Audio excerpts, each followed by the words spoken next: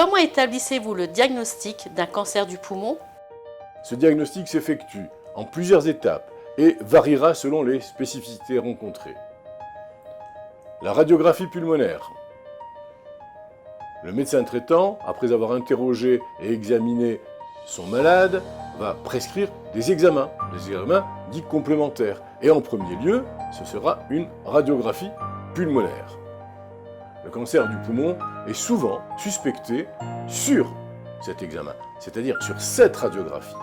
Celle-ci peut parfois être complétée par un scanner, dès qu'il y a un doute, un scanner thorax-abdomen. Ensuite, la personne est adressée à un médecin spécialiste.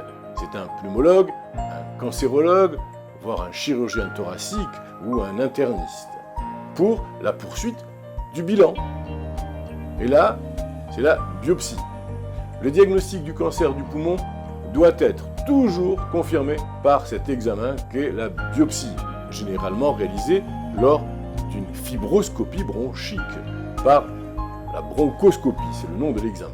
Cet examen permet ainsi de connaître le type de cancer en cause. Est-ce que c'est un cancer à petites cellules ou non à petites cellules? Il arrive parfois que la biopsie par fibroscopie soit difficile, quasiment impossible à réaliser. Alors, l'équipe médicale va pratiquer, sous anesthésie générale, un prélèvement au travers de la peau et de la paroi du thorax. Enfin, les examens complémentaires.